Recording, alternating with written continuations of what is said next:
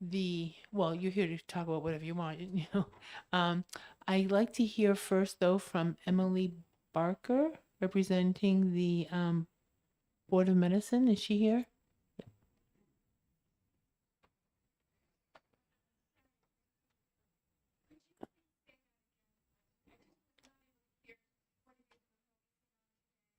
Oh, okay. So House Bill 655, as you know, was a pretty beefy bill. And all of House Bill 655 was in House Bill 2, the trailer bill to the budget.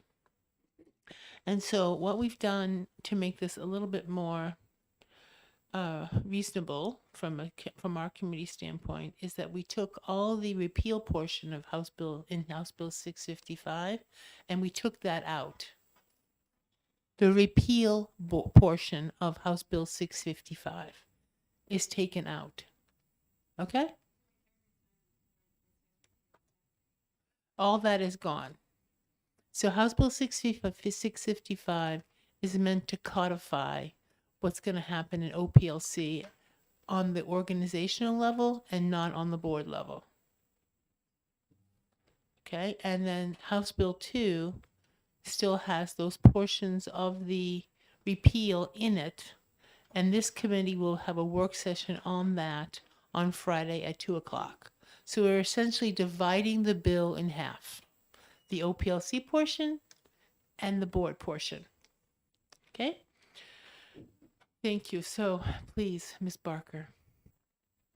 Baker, sorry.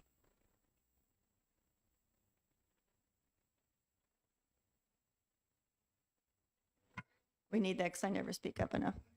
I'm Emily Baker. I'm a physician and the current president for the Board of Medicine. And I submitted a document that at your pleasure to read, and I'm happy to answer any questions. So in the, I believe in House Bill 2, because this has been removed from, this part of the bill has been removed from House Bill 655. Mhm. So, do you have some comments about the Medical Review Board? Can you speak to that? Because Yeah. that's a component that was in House Bill 655, and we'd like your input on that. Yeah, sure. The Medical Review Subcommittee is established in statute currently as also comprised of licensees and public members, and does investigations on complaints that come in through, and right now they come in through the Office of OPLC. And my understanding, at least from my read of HB2, was that the intent was for that to go away. And my second paragraph in my document lends the board's support for some version of a panel to review complaints and assist in investigations. And I describe what I think is sort of the value of a panel. And it's similar to any board where you have more than one individual who has potential for expertise to talk about an investigation and make a recommendation. And whether or not that continues in the form of where it stands in statute currently or falls under the aegis of the OPLC with details to be in rules. Sorry, okay. So on Friday, that's going to be part of the discussion at 2:00. So if you could come back, Yeah. that would be appropriate. It would be an appropriate conversation to have at that Okay. time. That's great. I will. Okay, thank you. I'm happy to bring some more copies of the document. I have no idea if you're the exact same group. It will be It's the in the same room? group, Okay. and I think what I'll let the committee know when we meet to save this document for Friday. Okay? Not cut down any more trees. Yeah, exactly. Exactly. Thank you.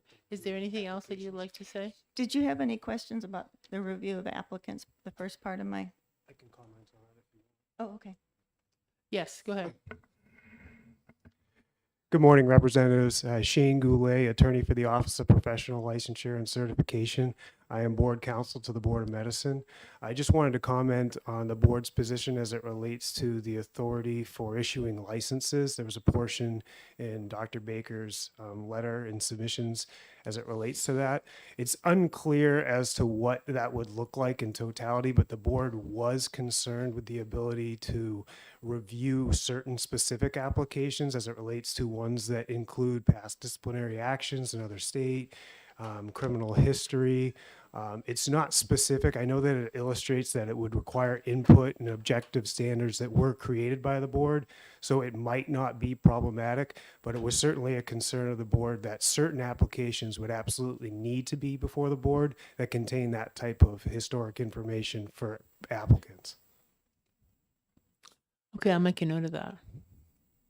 Thank you. This is the subcommittee. Have any questions? Mr. Representative Schmidt. Thank you very much, Madam Chair. Good morning, everyone. Pardon my being a little bit late.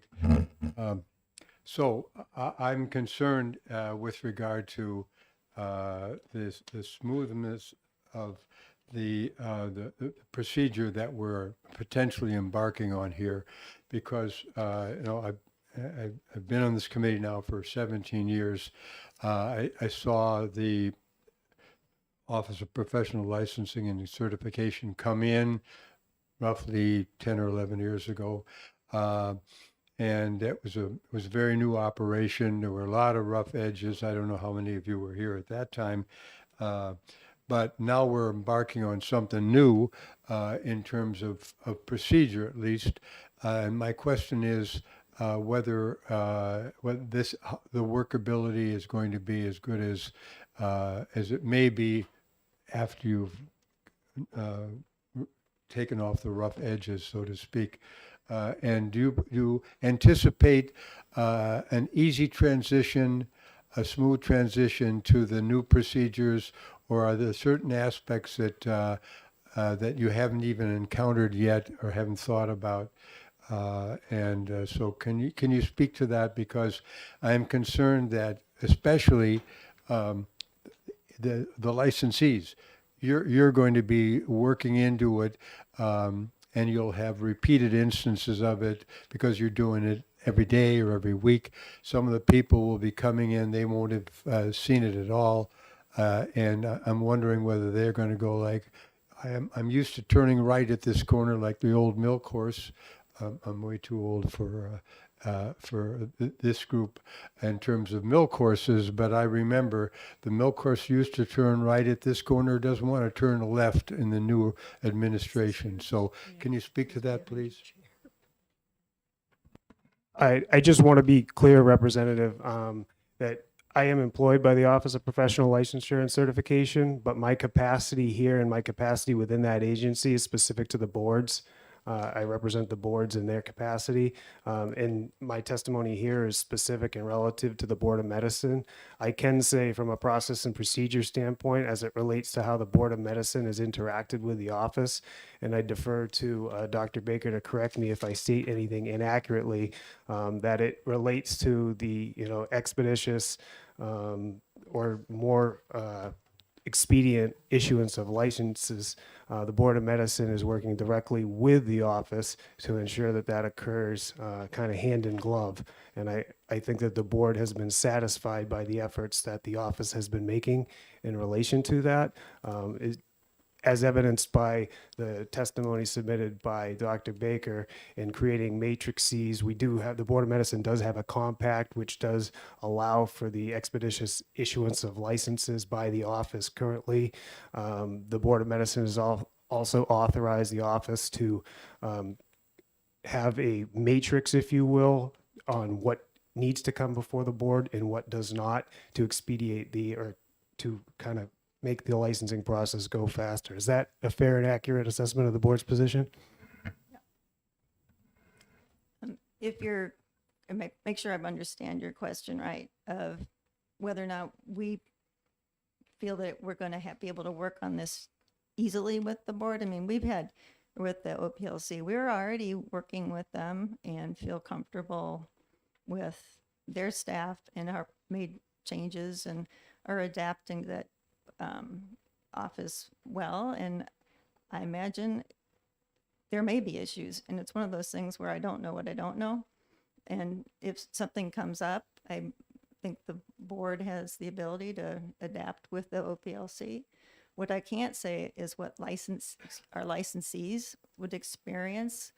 Our intent, our job is to protect the public, and whether or not the licensees find it comfortable and about the role of the OPLC is of secondary importance. So that if we can get our job done well with the current structure, we will work with it, absolutely. And I don't have any concerns about that. Follow up? I don't know how much time you want to spend on any of this, Madam Chair. so- Another 3 minutes would be good. Okay, then I'm going to defer till later. Thank you. Okay, thank you. So we'll see you on Friday at 2:00. Thank you so much. I have this card here from David something. Courtney County. Is that you? Yes. Would you like to speak? Okay. You're Dr. Conway. Okay, thank you. So will you be here on Friday as well?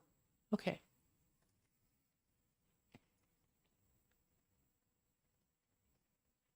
And Elizabeth Eaton.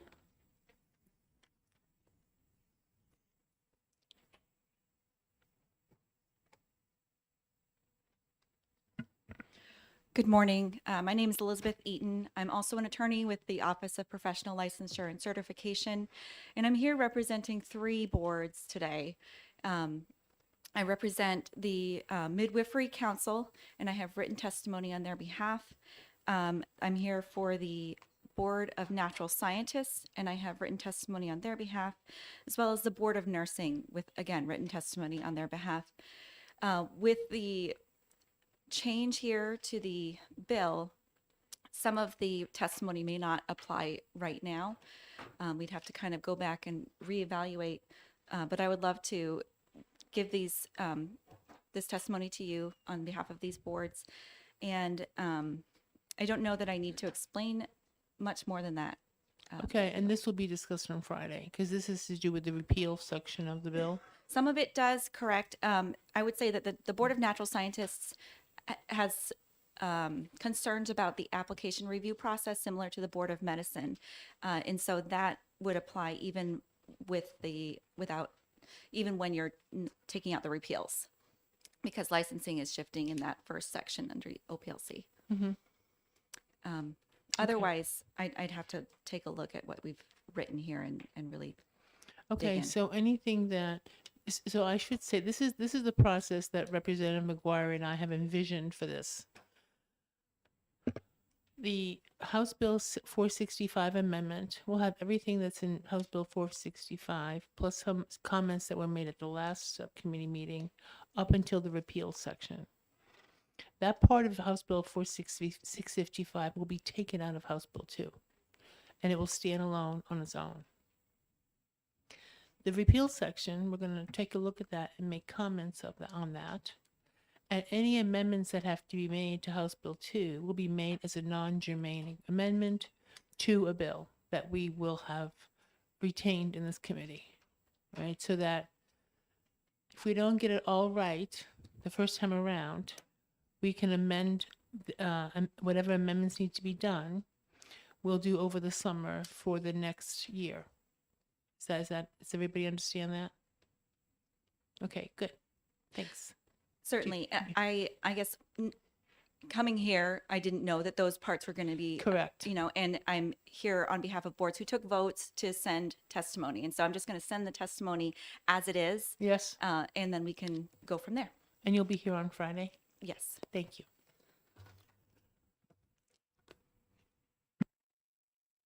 Okay, and is there anyone else that would like to speak? I have a card for Dr. Warner. Is there anyone else other than Dr. Warner that would like to speak? Ah, yes. Doug. Okay, all right. Would you like to come, Dr. Warner? We have your email. You can come before us.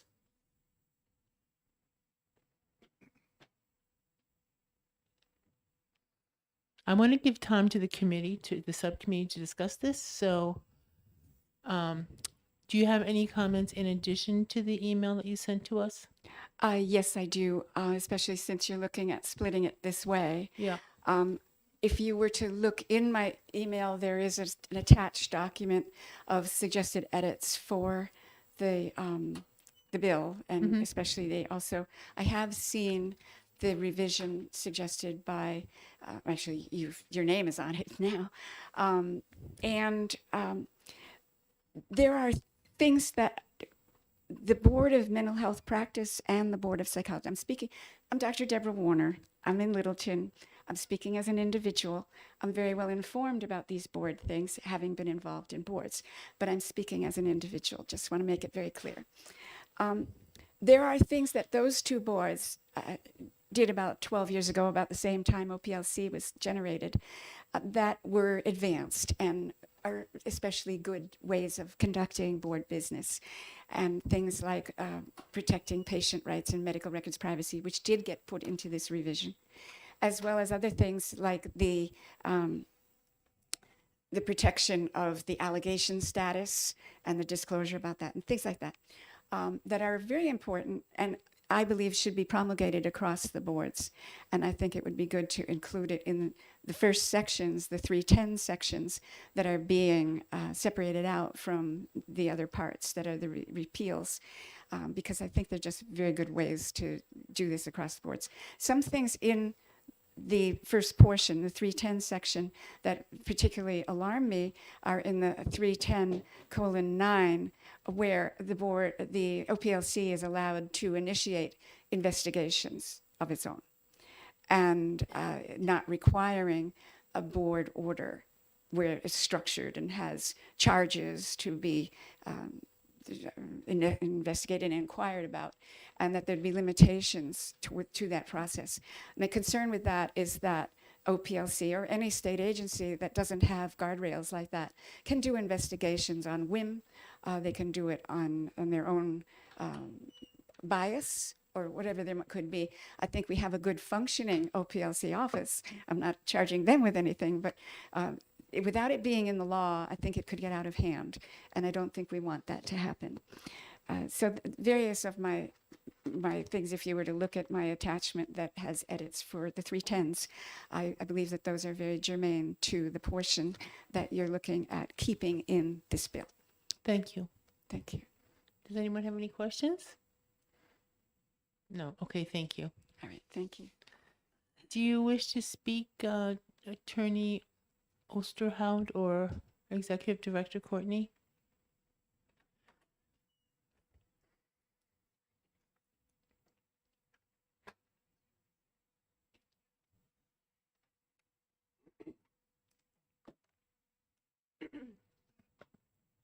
You know what? I don't need pink cards. I really appreciate the convenience, but this is not this is a subcommittee hearing, so I'm not going to really save them. Perfect. Well then, thank you, Madam Chair. For the record, my name is Lindsay Courtney. I'm the Executive Director of the Office of Professional Licensure and Certification. And with me is General Counsel Douglas Osterhout.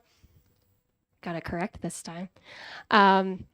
So essentially, the proposed amendment would eliminate all of the proposed repeals that are presently in 655 and just focus on the recodification of OPLC in 310. Practically, I think, as I've expressed before, it's quite difficult for individuals to know where to look when it comes to OPLC's authority because it's tucked up before all of the other technical statutes in 310A1A. And so I think recodification is just necessary in order to provide that transparency as to what law actually applies. Additionally, one of the objectives that I think OPLC has, and certainly I think has been expressed in legislation throughout the last several years, is that there's a need to streamline the way we do business in the office. And so this proposed amendment really provides a consistent regulatory framework for how the licensing boards are supposed to operate, both with respect to licensing and with respect to discipline.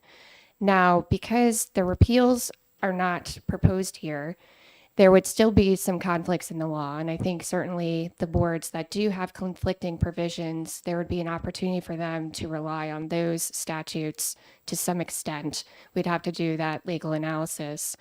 But I think it provides a pathway for us to start streamlining and consolidating the way we do business. And I think, frankly, it's pretty necessary, given our limited resources. Regarding Dr. Warner's specific concerns, the proposed statute does not contain specifically the statutory requirements that there be an allegation and then that's elevated to a complaint. Practically, that's the way our investigations are already handled. Essentially, they are screened. There's a determination of whether or not they can move forward. Once it's determined that a claim has been is potentially viable, then there's an order of formal investigation. In the psychology context, that would be when an order of formal investigation would issue and be elevated to a complaint. So practically, I don't see a distinction. In terms of the guardrails for investigation, I would say the guardrails are what the guardrails are for the board, and that our investigative authority would be limited to determining whether or not there's been a violation of something within the board's jurisdiction. We don't have plenary powers. We're not a police. We're not a law enforcement agency. So certainly there are significant limitations on what we would be able to do. I'll turn it over to Douglas to see if he has any other items that he'd like to address. With that, I'd be happy to answer any other questions. I'm hoping that after Friday, when we review the rest of House Bill 2, those conflicts will go away, between the amendment. So I hope you'll be here on Friday. I certainly plan on being here Friday. Okay, great. Representative Schmidt. Again, I want to consult with the chair with regard to how much we're going to get into details here and how much is going to be deferred until Friday. But for those of you who are relatively recent to the whole process, you may not be aware that there is a history involved in some of this that I'm concerned about, and specifically, the Board of Mental Health Practice originally grew out long before I came into the legislature, out of the Board of Psychologists. Okay. And gradually over the years, in the somewhat distant past, the Board of Mental Health Practice grew up around what had originally been the Board of Psychology. And about roughly 10 years ago, the psychologists came in to EDNA and they said, with a new bill saying, this is not really working. We need to have our own board. This committee looked at this very carefully and ultimately determined that we were going to give the psychologists their own board again and keep the Board of Mental Health practice intact, except for the removal of the Board of Psychology. Now we're talking about putting that back together again. And I have real concerns as to whether this is a solution in search of a problem, because to some degree, to the degree that we are trying to get more efficient and smoother and easier and more uniform, that there's some theoretical benefit to that. But in the practical world, the question I have is the return on investment really justified by the amount of disruption that may be caused by this process?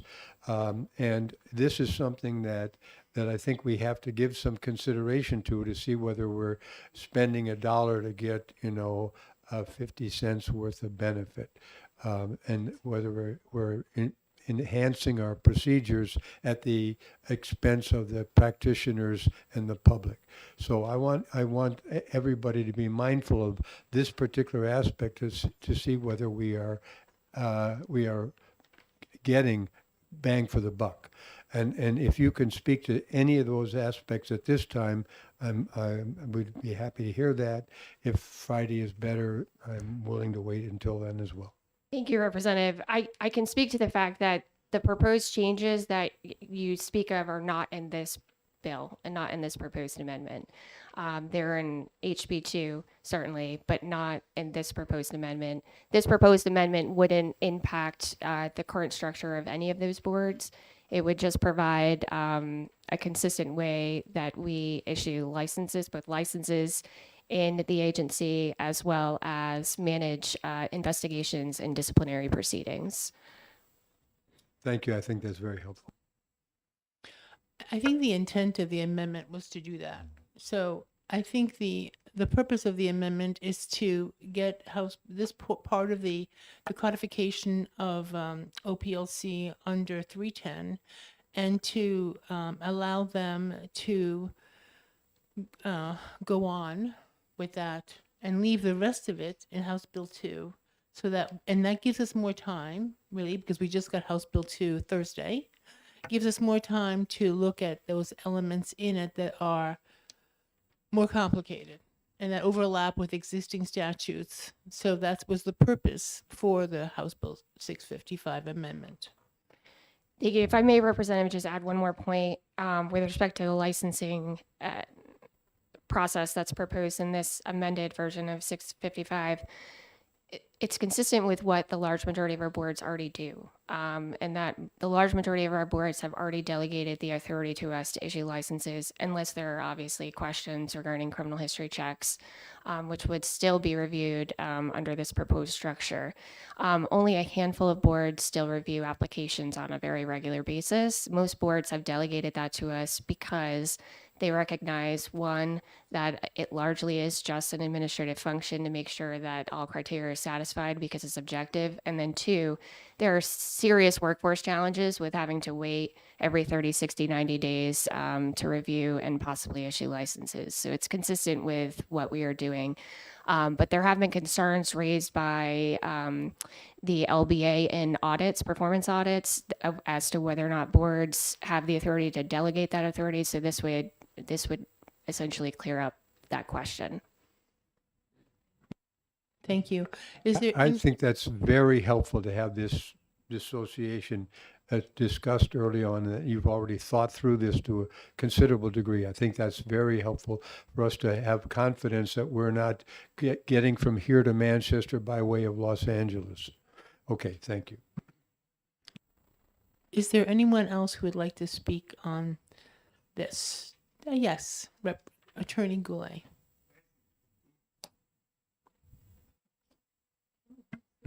I'll be very brief. Yeah. Shane Goulet, attorney with the Office of Professional Licensure and Certification.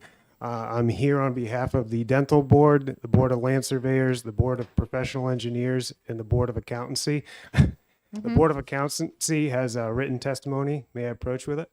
You may.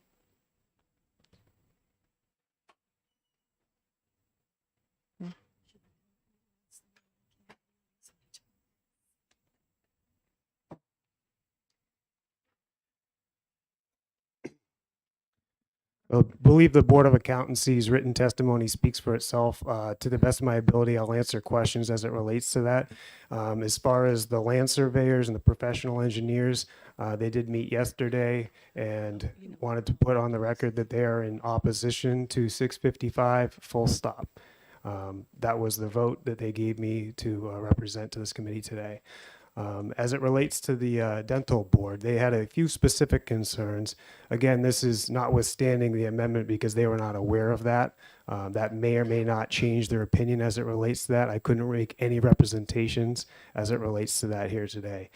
But specifically as it regards the dental board, they did have concerns with the complaint process and procedure and the vetting of the complaints.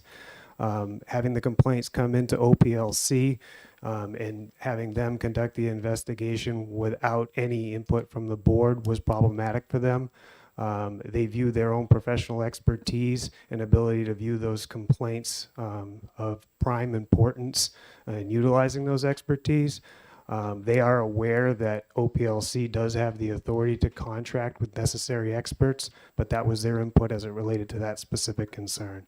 The other concern when reviewing the 655 that was currently constructed prior to the amendment was that there was no consideration as to what constitute professional misconduct as it related to their specific profession. So what, if anything, they were to utilize. So that was a concern that they noted. That also applies to their reciprocal discipline because that was in the same repeal. Again, that is not concerned, given the fact that there's an amendment here today, but they wanted to put that on the record. They